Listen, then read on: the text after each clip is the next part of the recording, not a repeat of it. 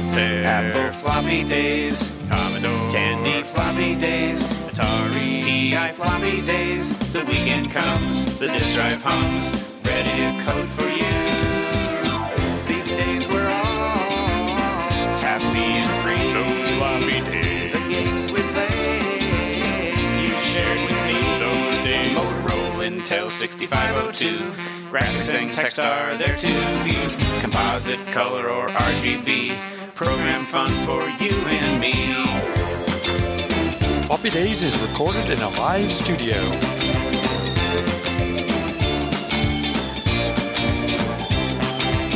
Inside PC Floppy Days, ST Amiga Floppy Days, Junior Sinclair Floppy Days, Classic Days, Microwaves, geeking all week with you.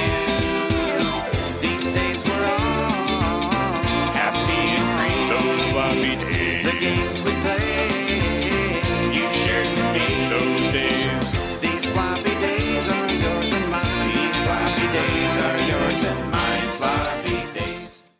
The TRS-80 Model 3. Introducing the Apple IIc. Atari 1040 ST. Commodore 64. PC Junior, new from IBM. Discover Atari. Said his Radio Shack Color Computer 3. Introducing the Timex Sinclair 1000. For computer, this is the one. Texas Instruments home computer. The wonder computer of the 1980s. The Commodore Vic 20. Hello, and welcome to episode 139 of the Floppy Days Podcast for May 2024. The voice you're hearing is that of Randy Kindig, the host of this podcast for over 11 years now.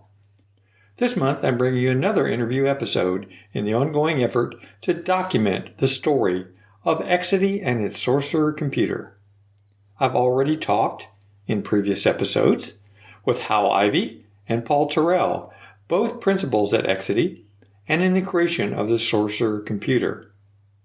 Those were quite popular episodes. In this episode, I also tracked down Vic Tolomei, Vice President of Software Development at Exidy during that same time, and got his story. If you want to know what it was like to lead a software development effort at that time, this is the interview for you. Upcoming on the podcast, I have more interviews to share as well as more hardware to cover.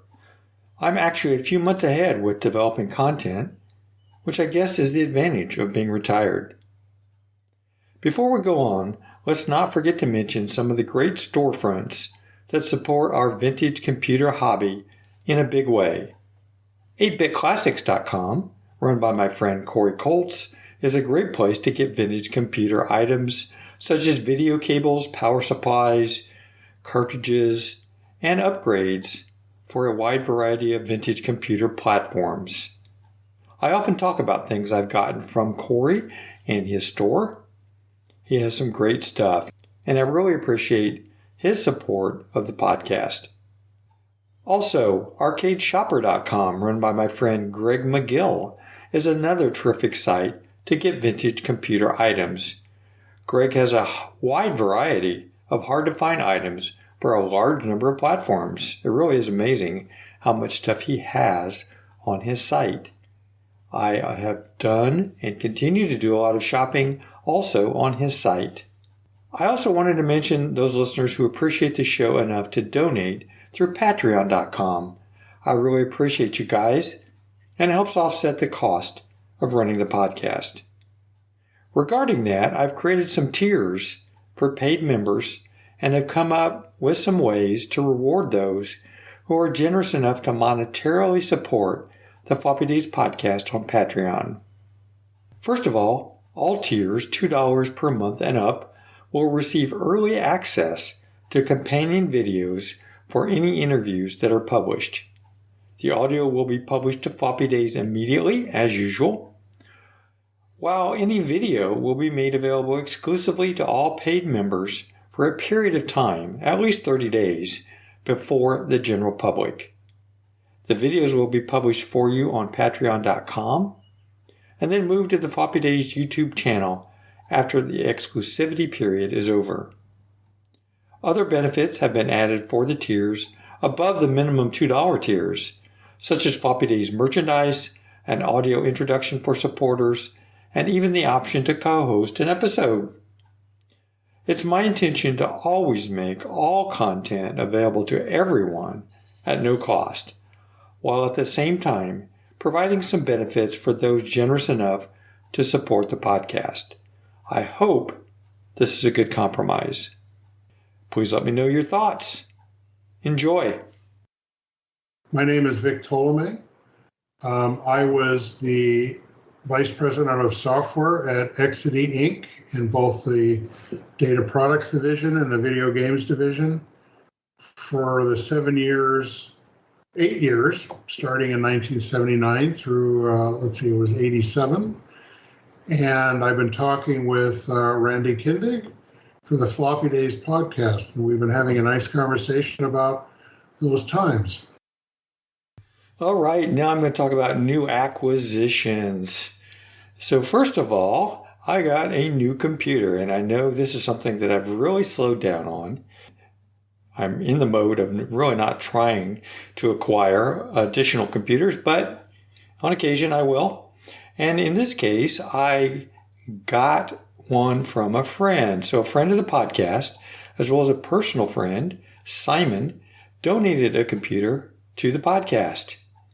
He knows, because we meet every month at the local Vintage Computer Club meeting, he knows I've been collecting some models of the VTech learning computers, at least those that have the ability to run BASIC. I already had the Precomputer 1000 and the 2000 and the Laser 50, and have been looking at other models to acquire. I just find them very interesting and plan to do a future show on these computers. So Simon donated a model to the podcast called the Advantech IQ Unlimited. Again, this is by VTech. This was one of the more powerful learning computers, not counting the Laser Apple compatible and PC compatible line they did, that they ever produced. It has a Z80 processor, 64 or 128K of RAM. I really can't tell for sure from the research I did how much RAM is there. It has RF and composite video out, a one-line 20-character LCD, and lots of built-in software. This thing was obviously designed to be portable, as it has a carrying handle, can run from C batteries or from AC, and has the LCD screen. It also has a cartridge port, a printer port, and an expansion port. The basic built into this thing is pure 1970s era stuff. It's text only, no commands at all for graphics, sound, or I/O.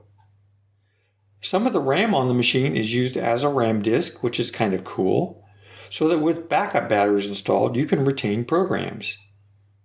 It also can run software made for the Socrates, another VTech learning computer.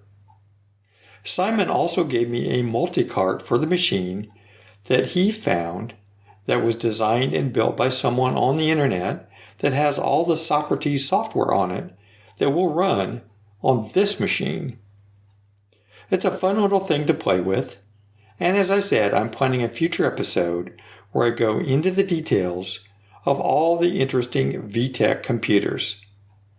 Thanks again, Simon, for the donation. Another item I picked up recently is for my HP 85 desktop computer.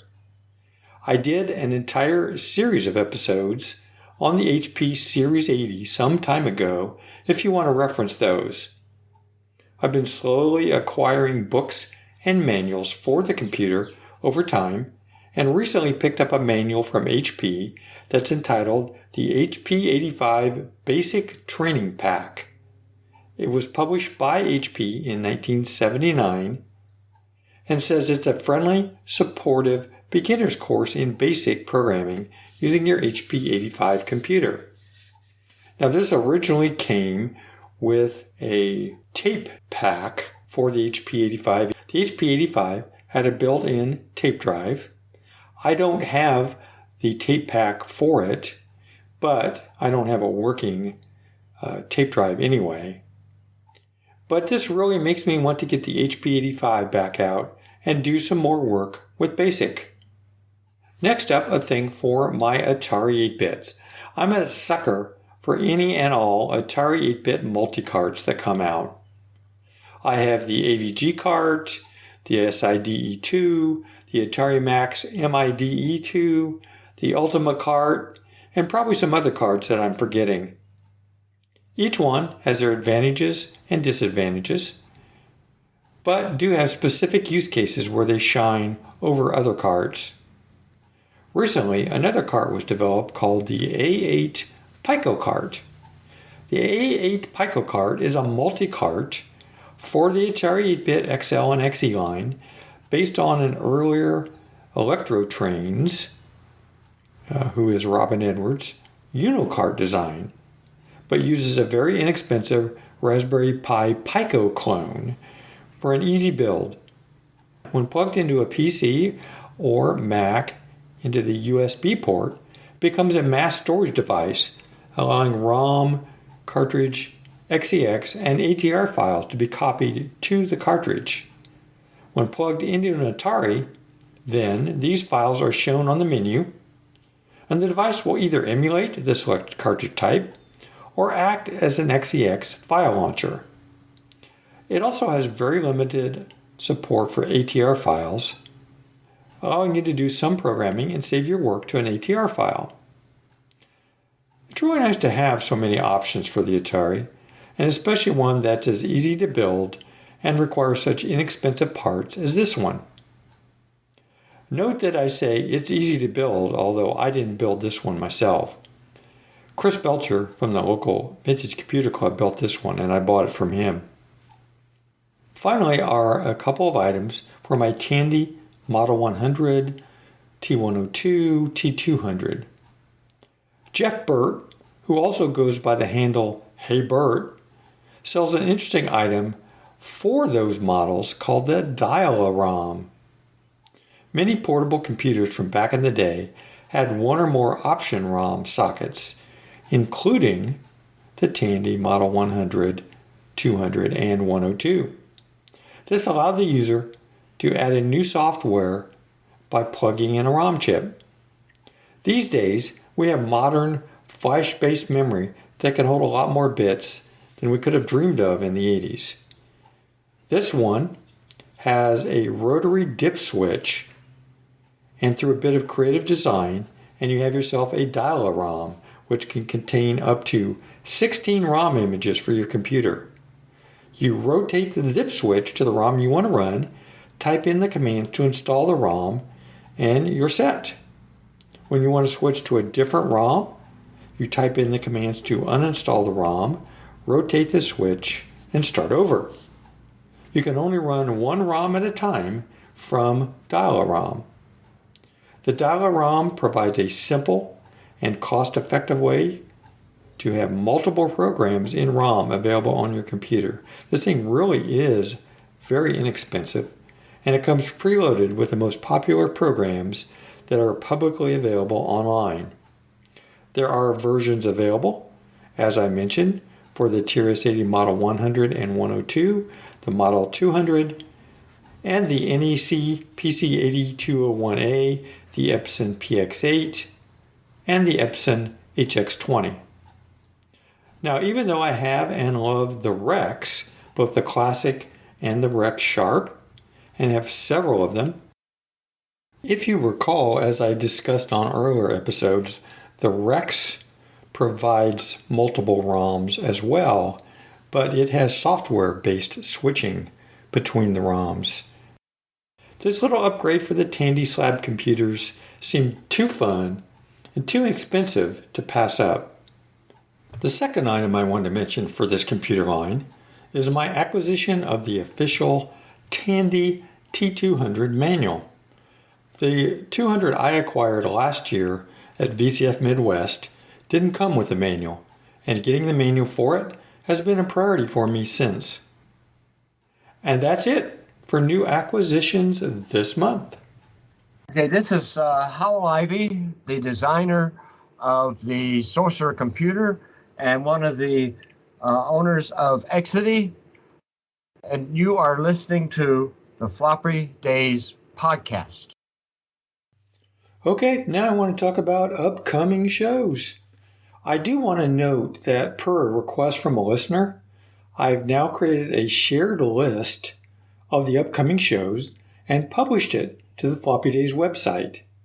You can go to the link provided in the show notes here, or just use the link at floppydays.com, and you'll have access to the show list for the current year that I always keep updated. So that should make it a little easier for you to find shows that are coming up.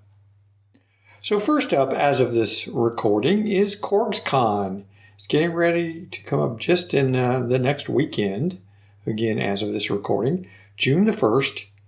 It's the Columbus, Ohio Retro Gaming Society. It's at the Ohio Expo Center in Columbus, Ohio. Next up is June 8th through the 9th, Game Not Over 2024 at the Dunstall Park Racecourse in Wolverhampton, UK. June 14th through the 16th is VCF Southwest at the Davidson Grundy Alumni Center at University of Texas, Dallas. Same weekend, June 14th through 16th, Boatfest Retro Computer Expo in Hurricane, West Virginia. The following weekend, June 22nd, is the Vancouver Retro Gaming Expo in New Westminster, British Columbia, Canada. Same weekend, June 22nd through the 23rd, is the Pacific Commodore Expo Northwest at the Old Rainier Brewery Intraspace in Seattle, Washington. Also in June 29th through the 30th, is the Kickstart Amiga UK Expo in Nottingham, UK. Next is Kansas Fest, July 16th through the 21st for the in-person, or July 27th through the 28th for the virtual. And the in-person is at the University of Illinois in Springfield, Illinois. July 19th through the 21st is the Southern Fried Gaming Expo and VCF Southeast in conjunction with each other. And that's in Atlanta, Georgia. July 20th through the 21st, so the same weekend, is Nottingham Video Game Expo at the Belgrave Rooms, Nottingham, UK. Fujiyama and Atari Show, July 23rd through the 28th in Langenfeld, Germany. August 2nd through the 3rd is the Vintage Computer Festival West at the Computer History Museum in Mountain View, California. Then VCF Midwest, September 7th through the 8th at the new location at the Renaissance Schaumburg Convention Center in Schaumburg, Illinois. VCF Europe is that same weekend as VCF Midwest, September 7th through the 8th in Munich, Germany. September 27th through the 29th is the Portland Retro Gaming Expo at the Oregon Convention Center in Portland, Oregon. Same weekend, September 27th through the 29th, Tandy Assembly at the Courtyard by Marriott, Springfield, Ohio. October 25th through the 27th, Ami West, an Amiga show in Sacramento, California. At the I-99 show, the Chicago TI International World's Fair is October 26th at the Evanston Public Library in Evanston, Illinois. And finally, Retro Computer Festival 2024, November 9th through the 10th at the Center for Computing History in Cambridge, England. I know that's a long list, but I hope you can get to several of these shows. Hope to see you there. Hi, this is Paul Terrell. Here's to the followers of Floppy Days, with a passion of the past events that ignited the personal computer revolution, from someone that was there at the time and a willing participant. I was involved in the first sales of Microsoft Basic to Data Terminals and Exidy Incorporated, which created the first software company in personal computing. And I bought the first 50 Apple I computers with a COD purchase order, which provided $25,000 of seed capital to start Apple Incorporated. The personal computer revolution is as significant as the Industrial Revolution was, and they say history repeats itself. A generation which ignores history has no past and no future. If you want to understand today, you have to search yesterday. So let's understand today with Floppy Days podcasts of yesteryear. Thank you. Okay, now for feedback to the show. So this first one is from someone who goes by the handle OJESKOG, and it's regarding the recent interview I did with Paul Nurmanen about VCF SoCal, and the earlier interview I did with Paul on the Intellivision keyboard component. So he says, fun fact, Randy, your interview with Paul on the Intellivision keyboard component was my introduction to your podcast. When Paul mentioned about your episode on the Intellivisionaries podcast, I headed straight over and had a listen. As I had not long finished catching up on the full back catalog of the Intellivisionaries over a 2-year period, that used to be a marathon long, I had a vacancy for another podcast to catch up on. Since then, I have always listened when you've released a new episode, and I've caught up on the earlier episodes too.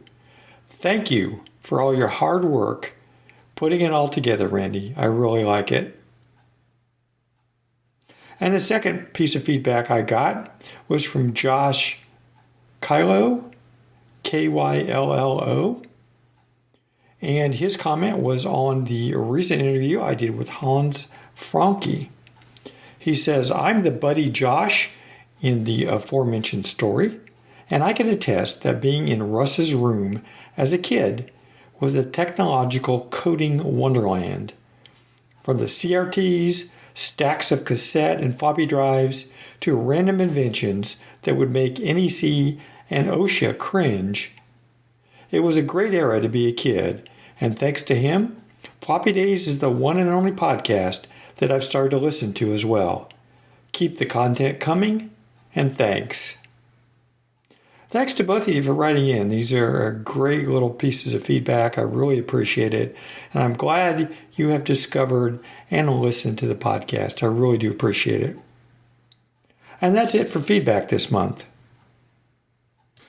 Okay, now here's the interview with Vic Tolomei, who was the former vice president of software development at Exidy during the Sorcerer years. Well, it's really wonderful to meet you today. I appreciate you taking the time to talk with me. I know I come at you out of the blue. You don't know who the heck I am, and it's great that you were willing to talk to me. So I appreciate that. Absolutely, I'm going to enjoy it. So maybe we start off just by talking about where you live and what you do these days. Okay, so my wife and I live in Raleigh, North Carolina. I've been in Raleigh since 1990. What I do these days is really pretty simple. Both my wife and I are retired. Been retired for almost 7 years. Oh, wow. And really enjoying that. Spending a lot of time with grandchildren. We have 6 grandchildren. That keeps us busy. I know how that is. Yeah. And we're lucky enough that many of them are close by. Some are not, so we have to deal with that. But it's really, in fact, one is up the block, so that's a lot of fun. Yeah, that makes it nice. I've only been retired for about a year now, so I'm still adjusting to that lifestyle. But it's a lot of work to not work. Yeah.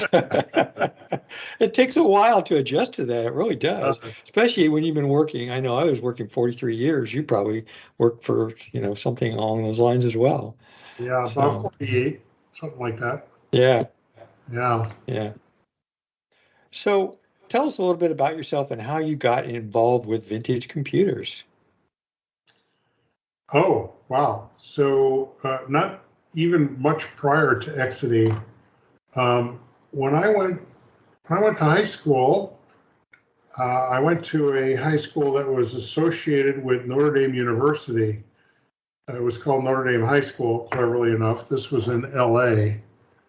And we were all taught by the same order of brothers as Notre Dame University. A brother is basically like a male nun.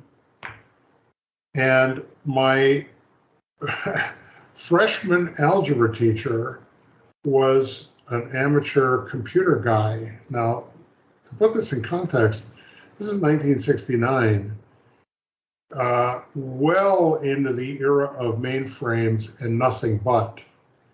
Right. So for him to be a brother and B, you do computers as a hobby, he got access to some large systems with very large mainframes as a kind of a donation. So he approached me one day. I'm a freshman. I'm 14, I think. And he says, do you want to learn a little bit about computers? And I said, yeah. So he gave me a Fortran book for the language called Fortran. And I was hooked. He was able to get an IBM 1620, which is a first generation IBM computer, again, in the era of building size mainframes. This computer actually fit in a room. He got it donated to the school, and we ended up putting it in the classroom where we learned algebra. And we had a key punch and a punch card reader and a punch card punch. This is ancient, okay? I mean, ancient. I know some of that stuff, so I know what you're talking about. And I got started programming. I programmed my first Fortran program, and we ran it through this machine. And it took weeks to debug it because I didn't know what the heck I was doing. But when I got it to work, it was such a thrill to finally get mastery over this beast that I was hooked. And that was 48 years, beginning of the career. And I'm still hooked. I mean, even retired, I still tinker and play. So that man set me on a path that I never looked back. So that's how I began. So I'm familiar with Fortran. I've got an engineering degree. So, Okay. Fortran was the language of choice for engineers, obviously. It was. So, I'm definitely familiar with that. So what about personal computers, home computers? When did you first get involved with anything along those lines? Yeah, that was quite a transition. I did my undergraduate work at UCLA, and they had the biggest, fastest IBM mainframe in the country at the time. It's called a 36091.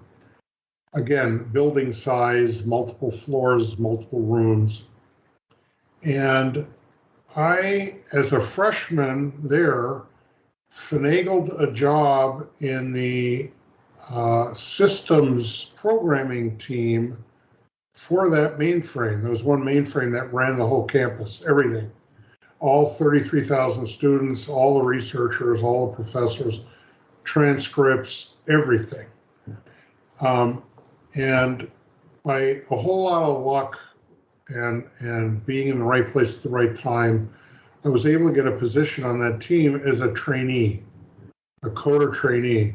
And that's because I only knew Fortran. And they did all their work in 360, 370 assembly language. And that was simply because that team was the beta site for IBM's mainframe operating system. So they would give us the source, IBM would give us the source of their operating system, the entire thing. And if we found a bug, we would go in and find the bug in the code, fix the bug, this is all assembly language, test it, and then send IBM the patch. They would then integrate the patch into their next rev of the operating system and ship it out to the world. So what a way to learn. I was surrounded by geniuses, and it was all at the assembly level, which is about as low level as you could practically get. And I was surrounded by people that just did this with both hands tied behind their back. So it was a great training ground and proving ground. I was also at UCLA the year after the first internet traffic was sent. The internet back then was called the ARPANET or DARPANET, and there were 3 IP addresses: UCLA, Stanford, and the DARPA lab. And one of the professors at UCLA was the one who invented IP, literally the protocol we use today. So I was, again, surrounded by geniuses who were there at the very beginning, the first login over the internet, what is now the internet. So, so what was his name? Kleinrock, Dr. Leonard Kleinrock. Okay. He wrote IP as his master thesis, if you can imagine the impact of and how forward-thinking he was. So I was surrounded by people that were writing the first FTP, the first Telnet. I mean, very, very much at the beginning of networking of computers, because that was in IBM's mind. There was no networking. So I worked there for let's see, about 9 years, and came to the conclusion that mainframes were fascinating, but not where the world was going. I decided that the world was going in the area of personal computers, not multi-million-dollar ones, and ones that you could actually have on your desk. So I bought this crazy desktop thingy called the Sorcerer from this company I'd almost never heard of. Remember, I'm still in LA. Mm-hmm. And I started looking at the Sorcerer deeply. And of course, being familiar with diving into the guts of any computer I was using, I decided to look at how it works on the inside. So I took it apart. I looked at the circuit board, but I was more interested in what they called a monitor, which was the I guess what would be on a normal PC the BIOS today. And I wrote a disassembler in BASIC on the Sorcerer to turn the monitor back into assembly language from the machine code that was in the ROM. And then I figured out how the monitor worked, instruction by instruction. And I was fascinated by that. But this was all hat by then. So I decided, if it's interesting for me, it might be interesting for others. So I wrote a book, meaning I got on a typewriter, literally, and typed a manual called the Sorcerer Internals Guide that I ultimately later published with Quality Software. And this gave all the tricks and ins and outs and places to poke and what all the memory structures were of the monitor. So I started selling this thing through Byte Shops, BYTE, which is where they were kind of like the Radio Shack of early computer. Right, and is that where you met Paul Terrell? Well, I assume that's where you met Paul Terrell. Well, yes and no. What happened was I just kept selling and writing games and plotting software, and one of these manuals ended up on Paul Terrell's desk up in Sunnyvale, where Exidy's headquarters was. So he said, what the heck? It actually created quite a stir because they kind of thought that there had been a leak in all the proprietary information about how all this was put together. Because in there that were not public knowledge. But if you disassemble the code and reverse engineer everything and you stare at it long enough, you can figure it out. So I got a phone call, and it started, it was friendly, but it started with kind of like, who have you been talking to and why do you know this? And after a while, we got all that straight. And he said, let's fly you up to Sunnyvale. We'd like to talk. And I'm still at UCLA as a senior systems programmer on the mainframe. So that we fly up there, and I was taken. I met, of course, Howell and Paul and the basic E team. And we talked about what they were up to. And I decided, kind of scary, in fact, looking back, I'm amazed I did it. I decided to kind of give up a job that had probably security until I die, working for UCLA, and take a chance with a startup company that worked on microcomputers of all things and video games. Holy cow. So I did. My family got packed up, and my wife and I, my ex-wife and I, now ex-wife, moved up to Sunnyvale and started work at Exidy. Interestingly, the second day I was there, I got a call from my, again, now ex, saying that she's pregnant. And she was pregnant with our daughter, our first child. So life really took a turn. Some changes. Exidy. Yeah. So they hired me as vice president of software development.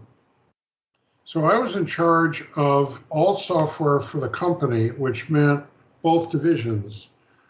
So my team was a pretty diverse and very flexible set of programmers and designers. They worked simultaneously on the Sorcerer, which was the main product of the data products division, and on the video games, the cabinet-based, arcade-based video games, which were part of the games division. And obviously those are very different. Yeah. But they're all microcomputers. The Sorcerer was Z80 based. The games started off 6502 based, which was the beginnings of the Apple II at the very same time. Eventually migrated to more advanced microcomputer chips, which we could talk about if you like. So this was a pretty interesting group of folks, some of which I hired as one of my first duties, some of which I inherited. They were already there doing work. And Howell Ivey was, of course, a co-founder, but he was VP of hardware design. So he and I were kind of like two sides of the same coin. We would work together, which was just a fabulous relationship. Howell's a super smart guy, always has been. I saw the interview. He still is, obviously. Mm-hmm. So he and I, he was the hardware guy, I was the software guy. We knew enough about the other's discipline just to be able to talk and be a little dangerous, but we knew who was the expert, right? Howell was the expert. So we worked together, modifying and designing new hardware boards, especially for the games, and also creating more advanced software to run both in the Sorcerer and on the games. The same team of programmers did both. That's interesting. Yeah. So did you have different people who focused, like on one platform versus the other, or did everybody work on everything? There were definitely leanings. Mm-hmm. But everybody worked on everything because it was small. There were only like four of us, not including I was on my own staff. I assigned my own projects to me because we didn't have enough people for me to just be a manager. I was hands-on and did stuff too. But it was a small group, and there really never was the budget to go crazy and start hiring different call them subdivisions within the programming group. So one of the job description requirements was to be able to be multidisciplinary and multi-architecture. Yeah. And only assembly language, because there was no choice. You couldn't. The only other major programming languages of the time was BASIC, which the Sorcerer had in a ROM pack as an interpreter. So it ran quite slowly, not good for a video game. And Fortran, which didn't really lend itself to video games either. So I began work, and one of the first things that became clear, and one of my mandates was, when I came on board, the Sorcerer was cassette-based. Besides the ROM packs, if you wanted to save anything, you would save it to an audio cassette player, standard, right, off the shelf. And the world was heading towards floppy. So Howell, again, a hardware genius, figured out a way to get an S100 bus, an expansion bus that connected to the back of the Sorcerer, to have a floppy disk interface in there. And we made a deal with Micropolis to have a two floppy high stack of 512K floppies, which at the time was unbelievably dense. Yeah. Everybody was used to the big 8-inch 128Ks that IBM invented. These were 5.25-inch 512K. Oh my gosh, 4 times the size. So, but we needed an operating system, because you can't just treat the floppy as this big amorphous storage device. So I looked around, and there were several contenders for what would be the best one. But the one that percolated at the top was called CPM. There was a company in Pacific Grove, California, which is about, 30 miles south near Monterey. And so I went down there and started conversations with their executive team, and we formed a license deal. Again, everything was get the source, because we didn't know if off the shelf would work. In fact, there wasn't much off the shelf. There were no standards. This is the beginning before there were really industry standards. So, was that Digital Research that you were talking to? Correct. That's exactly right. Yes, and the CPM turned out to be an awesome little miniature OS, and we got it to work with the S100 interface and the Micropolis floppy drives, and we were able to test the heck out of it and have a real file system with folders, what we now call folders, and file names, and the ability to save things and reload them easily. Nowhere near what Linux has today or Windows has today with the file systems, but a huge leap from cassette-based. So we started shipping that, and that was a big hit, because the idea was the Sorcerer was a business computer, not a toy. And to be that, you really needed a storage device, a mass storage device. Did you get a chance to meet Gary Kildall then as part of all this when you were talking with briefly? Okay. No, not much interaction. No. Okay. Then it became clear. Okay, what about apps? I mean, today we look at product and platform and we say, yeah, but what apps? Well, back then it was clear even then. So we really didn't have apps. We had some ROM packs. There was a basic interpreter. There was a word processor. This is 40 years ago. I'm trying to remember, but you get the idea. Yeah.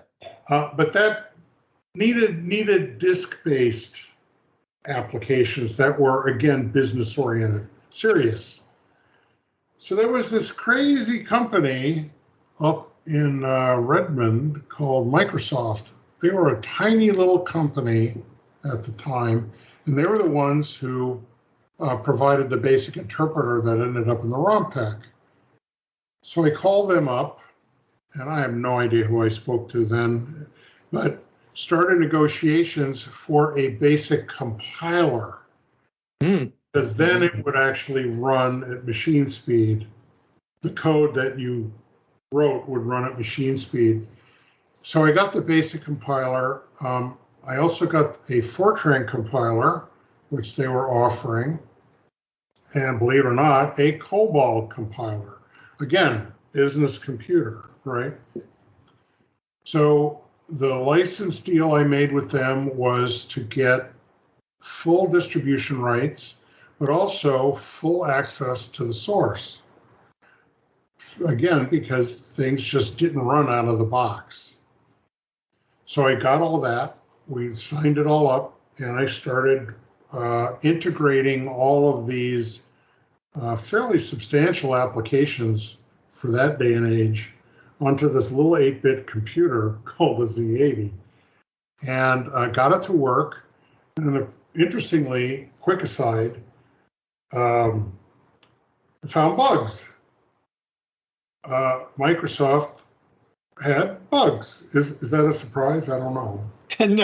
No, it's not a surprise.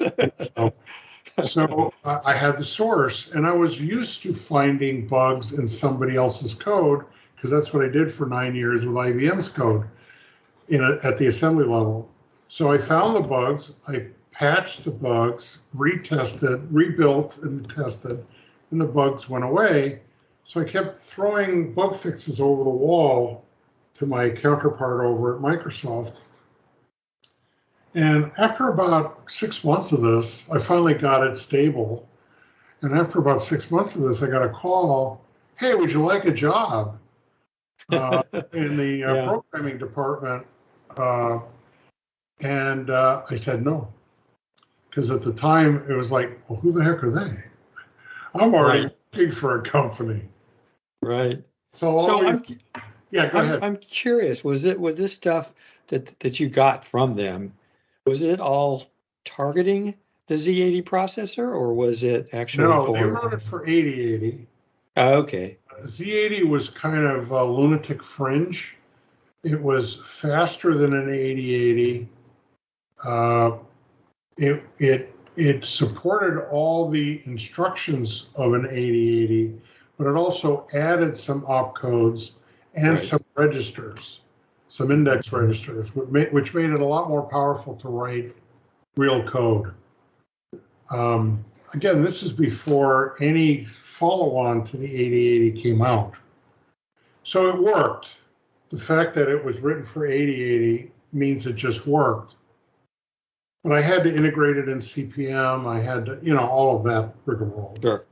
And then I had to package it so that we could turn around and sell it. So we did. We made a product, a Fortran compiler on a floppy, same with the COBOL, same with BASIC, and we started selling it along with the Sorcerer going forward, and along with CPM. I mean, somebody could still buy a cassette-based one if they were, on a budget or didn't have serious business needs. About what time frame was this when you had all this work done and you started to sell this in this productivity software? 80-ish, 80, 81. Okay. Now, simultaneously, we're doing the games too. So we were busy. Yeah, I imagine you were. I guess as far as so you took all this stuff from Microsoft and you not only converted it to work with the Z80 and with CPM, but you also had to improve it and make it something that you could actually sell in the marketplace. I wouldn't go too far with the improve verb. The improve was fixing some bugs, but it was really more packaging a product so that somebody could actually run a compile that bought it from us. So it needed to be packaged and then documented in such a way to give them instructions on how a customer of Exidy would use this product for their own purposes. I don't know if that makes sense. Yeah, no, that makes sense. Did you actually start using any of that software then in any further software development that you guys did? Because now you have better tools, right? No, not, well, yes and no. The Fortran and COBOL were not usable in either one of our divisions in our environment. The basic compiler I did use because in order to get a lot of the code written, believe it or not, for the games, I would write algorithms in BASIC and compile them, run them on the Sorcerer so that I could get the results, or it could be a test, or could actually be generating a table or a database for the game. So I used it as a tool, but it never actually, compiled code never actually ended up in any game, simply because it was too clunky. The games were handwritten in assembly language, line by line, the hard way. To be most efficient. Correct. Yeah.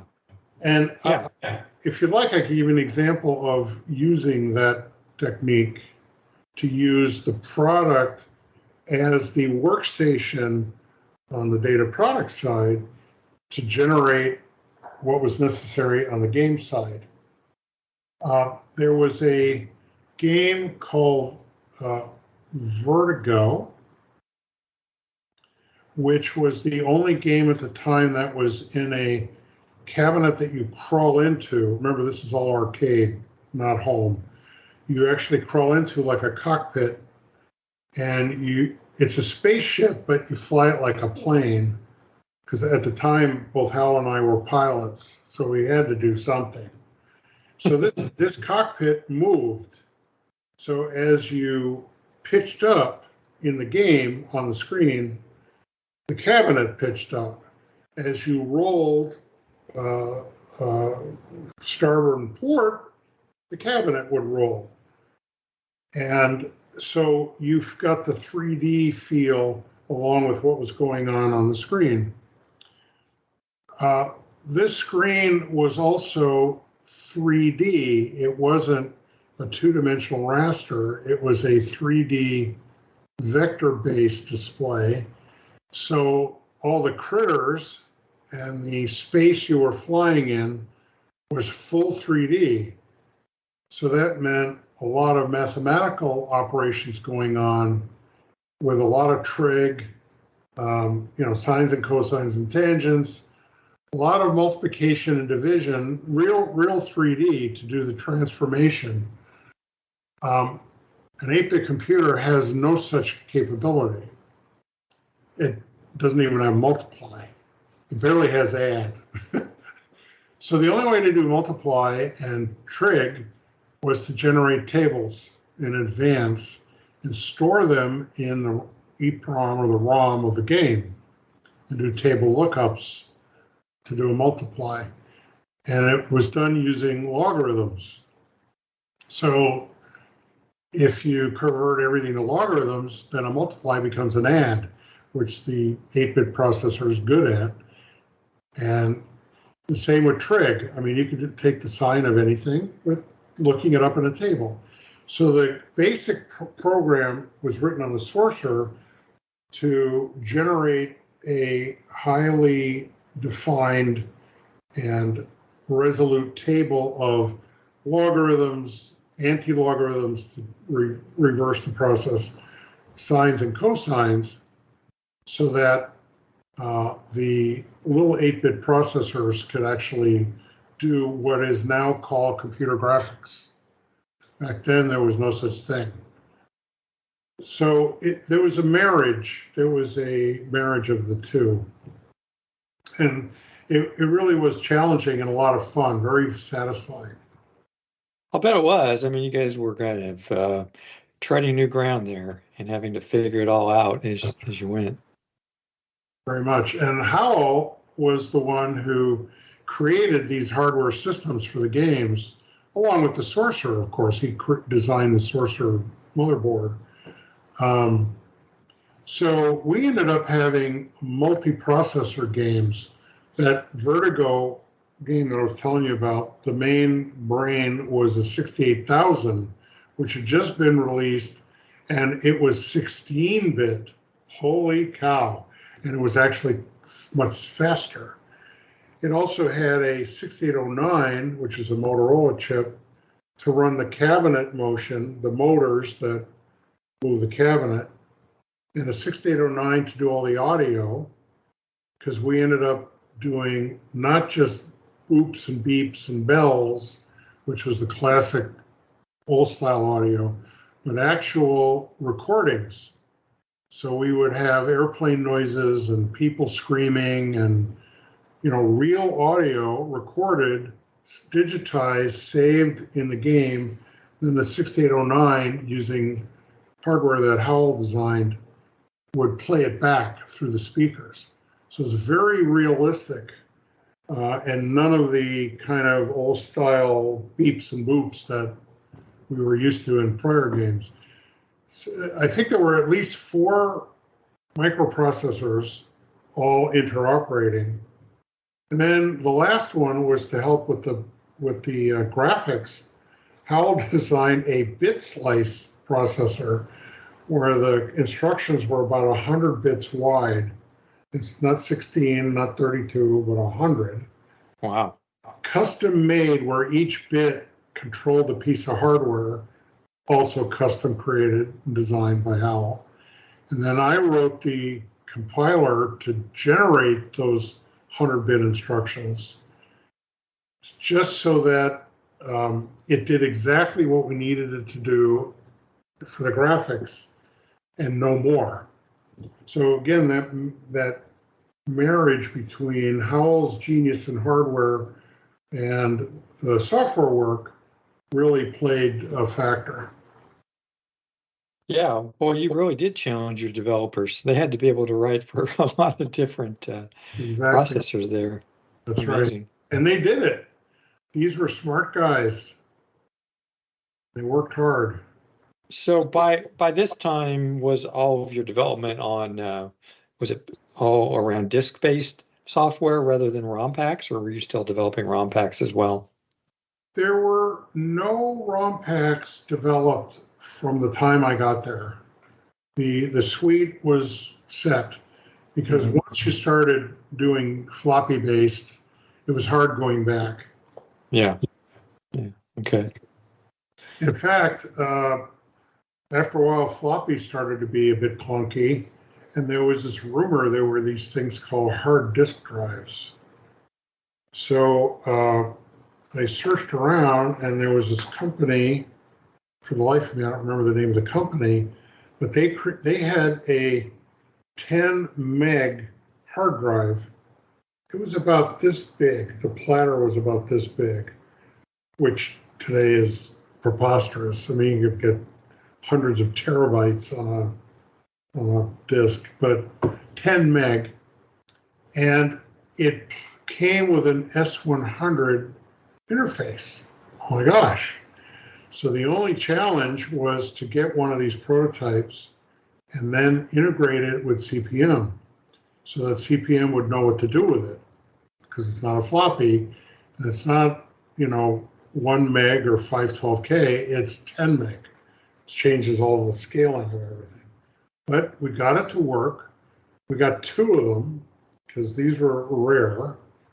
And we created a product and we put it on the price list, but it was so pricey, I think it was beyond the budget of people with small business computers, so we never actually sold one. But we use it internally. Yeah. Yeah, it was probably quite a bit more than the cost of the system itself. I would imagine at that time. Yes. So, who wrote the manuals for this stuff? Did you have people dedicated to writing manuals? It sounded like you had a small team, or how did the manuals get written? So the ones from Microsoft came with a form of a user's manual, the compilers. We got the rights to the source of those, so we were able to add and make adjustments for our environment. For the products that we created, we had a tech writer, part of the, if I remember correctly, the marketing and sales team. I think he reported to Paul. He didn't report to me. And it was the right approach, because a good tech writer is not on the development team. They're more user focused, not geek focused. Then you end up with a good manual.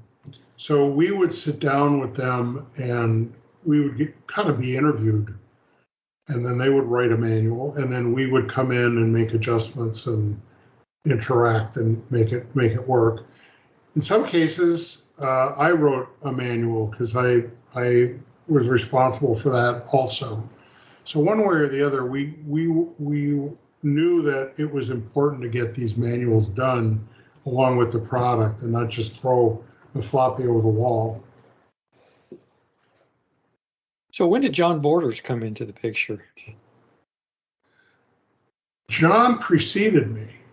So he's the one who wrote the monitor, the original BIOS, if I can use that modern term. And when I got there, I have to tell you, it's a little vague. I don't remember working with him. I think he was already gone, or he was in the process of departing. Okay. He certainly wasn't on my team. He wasn't one of my developers.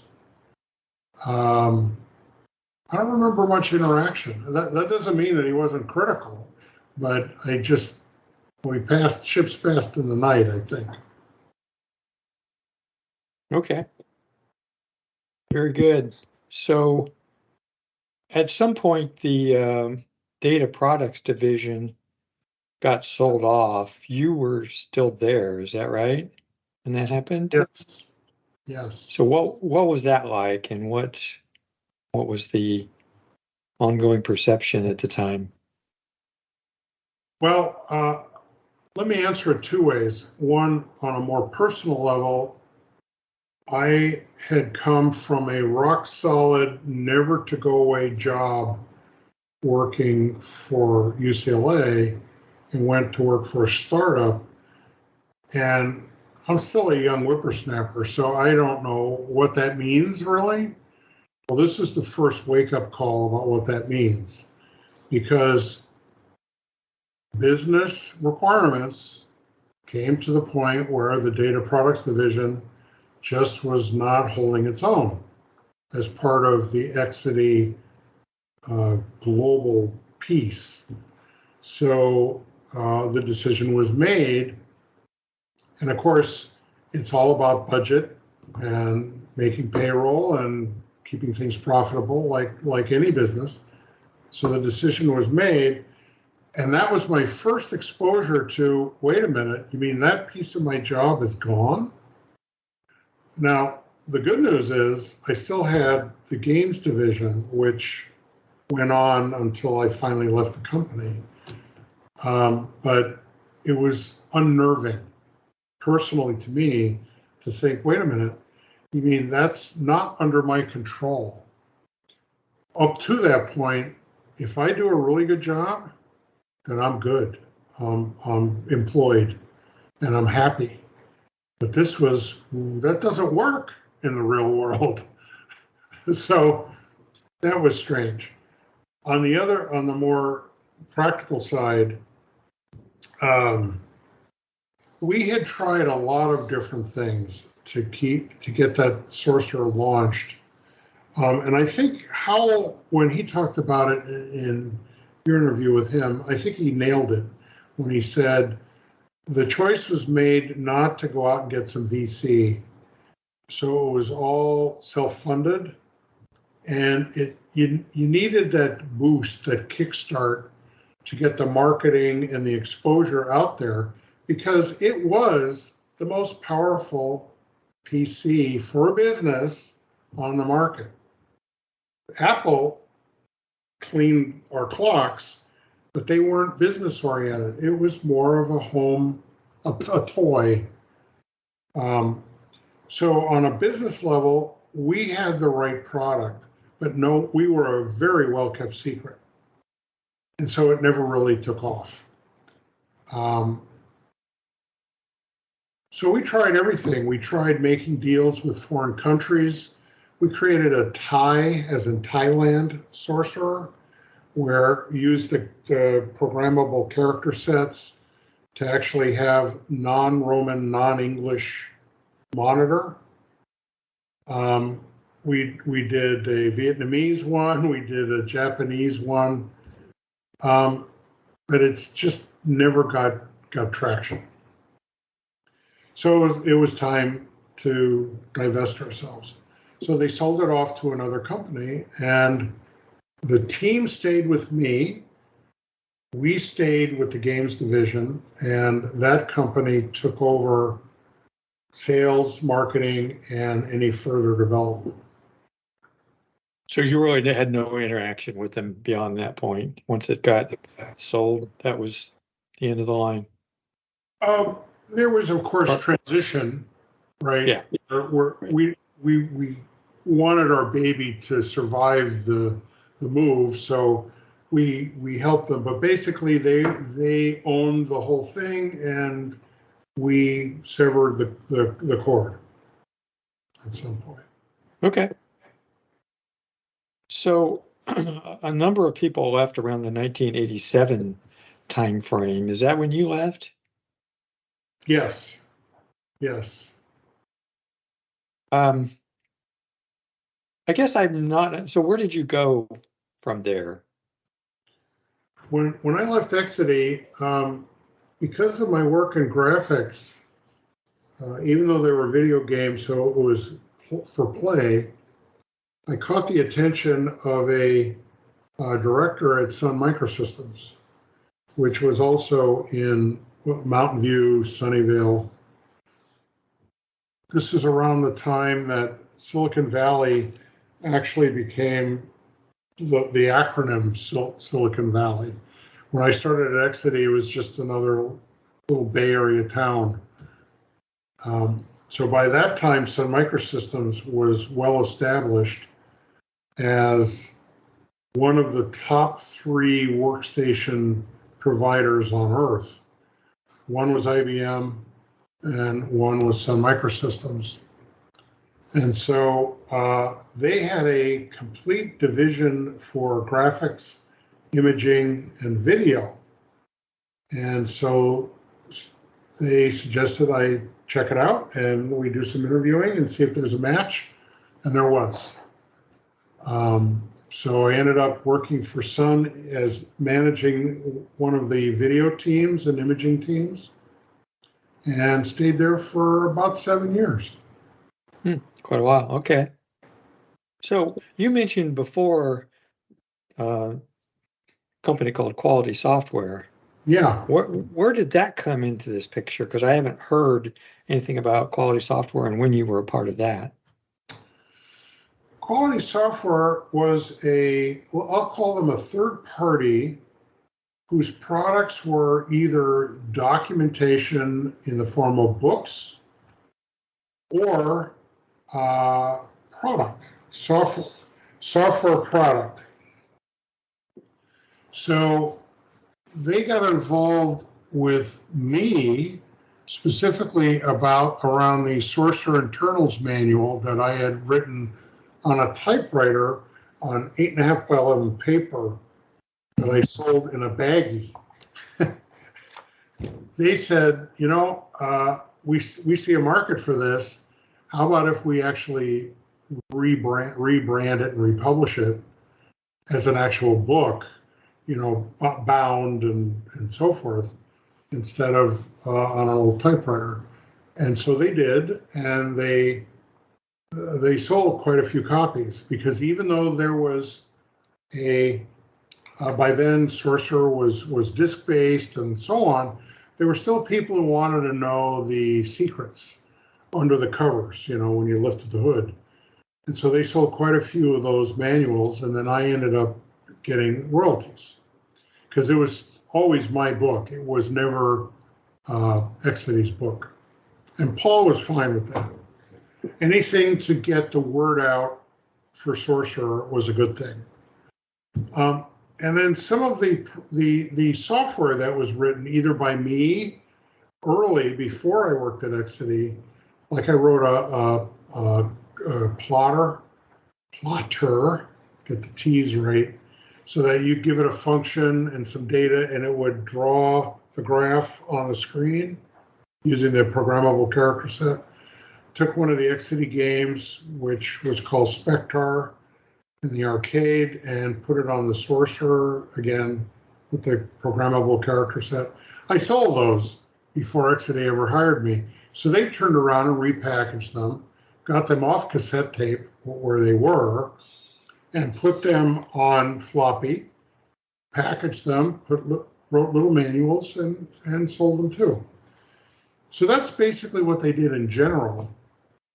My office mate back at UCLA, my mentor at the time and one of the best programmers I've ever known in my life, he stayed at UCLA, ended up retiring as a vice chancellor, running the entire division that he worked in. So he did very well.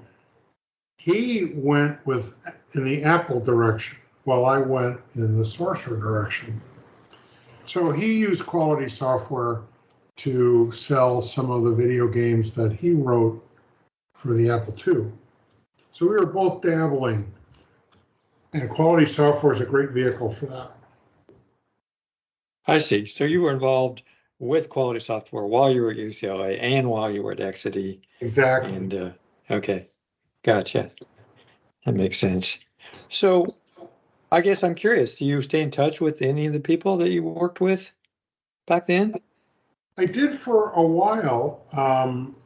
Larry Hutcherson was on my team, and we would talk to each other once in a while. But to be honest, especially now that I'm retired, I've lost touch. I frankly wouldn't even know how to reach anybody anymore. We've just gone our separate ways. And that's a sad commentary, because we were quite a team and tight, but not anymore. But what was it like working with, Hal Ivey and Paul Terrell? I mean, what was that like? As I've said more than once, and I'll be happy to say it again, Howell was a genius. He forgot more about hardware design than most hardware engineers know. And he was very creative. He was also a nice guy. I mean, just really nice to work with. So when he and I would sit down with an idea, either from my head or more often from his head, on a new capability, a new game design, a new feature for the Sorcerer, whatever, we would sit down together and we were both like peas in a pod. It just clicked. He relied on me to get him up the software learning curve, and I learned more about hardware design from him than I've learned from anybody. I mean, this is the era, keep in mind, this is the era of little dual inline packages and TTL and big, maybe a few layer circuit boards. This is not, custom chips and, there were no custom anything. So that came much later. So he had to do it the hard way and cheaply so that it didn't break the bank to build the thing. So we had great times. And he taught me a little bit about hardware design, so I ended up being able to design some simple S100 boards and just, again, to tinker. And he ended up writing a little bit of software. I think the rising tide floats all boats, so we both benefited. And I'll never forget that time with him. He was wonderful. Did you have much interaction with Paul, I guess, while you were there? Yeah.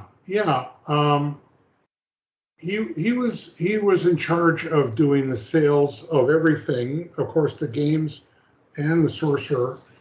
I don't remember the exact timing, but I think he left before I did. I could be wrong. Yeah, I don't recall when he actually left from the interview I had with him. Yeah, Paul was great. And I owe him that job because he's the one who saw the connection between my old life and the Exidy life. And Exidy was the stepping stone to the rest of my career. Sure. Because Sun got me into other global and enterprise class companies where I was able to run much larger teams with much bigger products and ended up CTO in one of these large global companies. So Paul was kind of the instigator. So do you have any Sorcerer or any Sorcerer stuff today or anything that you had from when you worked back at Exidy? No. No. I kept my Sorcerer around for ages, like decades. Uh-huh. And it was time to move, and it was just hard to justify. I mean, it still worked, for crying out loud. Oh yeah.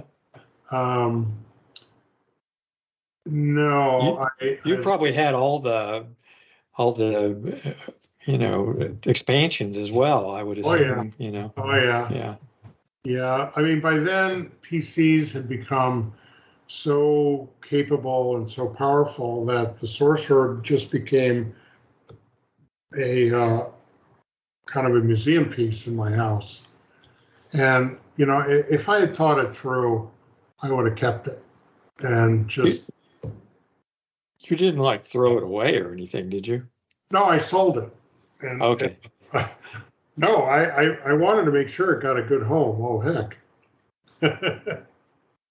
Yeah, I even had a video game cabinet in my house for a while. Oh, yeah? And ended up having to sell that, too, because it's just that's a big sucker. Yeah, those take up a lot of room, I'm sure. Well, I think I've pretty much come to the end of questions that I wanted to ask. Are there any questions I should have asked or that you wanted to talk about that I didn't mention?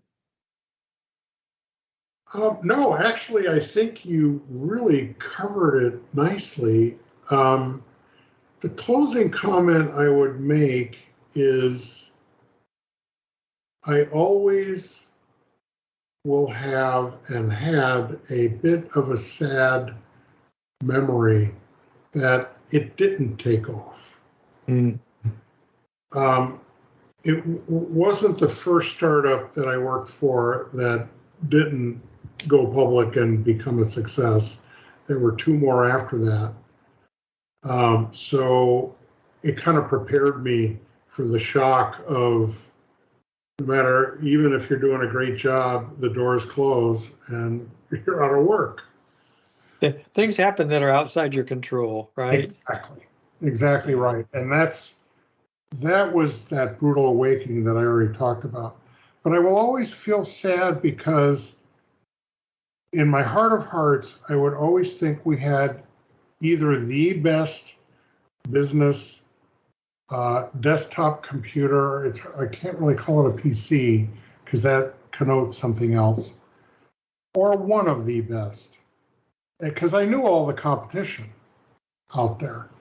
And the fact that no one really knows too much about it these days, other than folks like you and others, it's sad, because it shouldn't have gotten more recognition than it did. It deserved it. And that doesn't even go into the fact that there were teams of people, both my team, the hardware team with its engineers working for Howell, a whole factory full of people assembling and testing the various gadgets, working their tails off, and it just now is a distant memory. What are you going to do? Yeah, I mean, it is, because it was a very early machine. I mean, it came out just after what we call the Trinity, right? The Apple II and Terrell Model 1 and the Commodore PET. I mean, it came out shortly thereafter. So it was really early. It came out before some of the machines that are remembered, a little more, maybe like the VIC 20 or the Commodore 64. But it was a pretty nice machine. I owned one for a while, but I didn't end up keeping it. But I thought it was a really nice machine, and it, for the time and for the power that it had, it's pretty nice. Yeah, it was the only one with a Z80, so it was faster. Right. It had more RAM. Its screen had more resolution. It had the expansion bus that was essentially infinite for all intents and purposes. Very high-end floppies for the time, not cassette. Even for the Apple II, it blew away the storage capabilities of the Apple II. Did not have color, but that wasn't its job. Its job was not to be fun. It was to be business. It had compilers. It was ready for programming. It might have been too early, actually, given the state of affairs for home computers. Might have been too early, and no one really understood what that power meant. Mm-hmm. Yeah. And it was a well-kept secret. Yeah, it was. And they're not easy to acquire today. They're not. You don't find many of them available, and you got to pay big bucks. So, really? Yeah. Have you seen them available? Yeah, I mean, there's always one or two on eBay, but they're going to cost you $1,000 to $1,500, to pick one up, just for the computer. Not, none of the accessories. Right. All those are each going to cost you quite a bit. So, oh my God, yeah, they're rare, definitely rare. Okay, well, is there anything else that you want to say before we parted here? No, I really appreciate your questions, Randy, and I enjoyed the ability to bring some of these memories back. That was a lot of fun. Great. I love to hear that. A lot of people tell me that, and I'm glad when and a lot of people tell me, it was so long ago, I can't even remember, some of the details, but, that's okay. Whatever you remember is great. More than we have. Well, the thing I remember most is this was so early on into what is now a field that just everybody takes for granted without even thinking. Like, you flip the switch and the light comes on. Back then, there was no switch, there was no light, there was no nothing, and everything was by hand. So I feel so blessed that I was there at the very beginning of the internet, the beginning of personal computers, and I was surrounded by people who were willing to teach me and put up with my lack of understanding until I finally got it. And I will always feel, counter to the regret that I mentioned earlier, I will always feel that little warm spot right here that I was there when. That's fun. And you should be proud of that, because it sounds like you did some great work. So that's a terrific ending. I appreciate that. And it was great meeting with you. If I can facilitate in any way you getting back together with with Howell or with Paul, let me know. I'm in contact with both of them. But again, I appreciate your time. Well, definitely if you talk to him again, say hello. I know how to reach Howell. Okay. Yeah, I'd be curious to see how he's doing, for sure. Can you send me a link to this podcast? Yes. I'm sorry. That was the other thing I was going to mention. When this gets published, I'll let you know, and I'll send you a link to it so you can listen and or watch. And I hope you're okay if I take the video and publish that as well on YouTube. I'm fine. Okay. I'm fine. I didn't have anything like dribbling out of my nose. No. No. Not that I saw anyway. Oh, good. Maybe I did. I don't know. But, if so, I'll find it when I edit. Or something. All right, Randy. All right. Thanks very much. Thanks, Vic. Have a good day. Bye. Bye-bye. Okay, well, that's it for this show. I really appreciate you listening, and I want to give special thanks to Vic Tolomei for his willingness to be interviewed for this podcast. I found his story very interesting, and I hope you did too. I provided links in the show notes for all the great websites we discussed during this podcast. Go to floppydays.com for the full list. Provide feedback for the show, always encouraged, at Apple Podcasts or on the website, via email at floppydays@gmail.com, via Twitter at floppydays, on Mastodon at floppydays@oldbytes.space, on Facebook at facebook.com/groups/floppydays, or on the Discord server whose link is at floppydays.com. Besides the primary locations of the website, Apple Podcasts, and YouTube, Floppy Days is available for streaming at TuneIn, Amazon Music, and Spotify. Until the next show, please pull out a vintage computer and compute as if it were yesterday. Bye.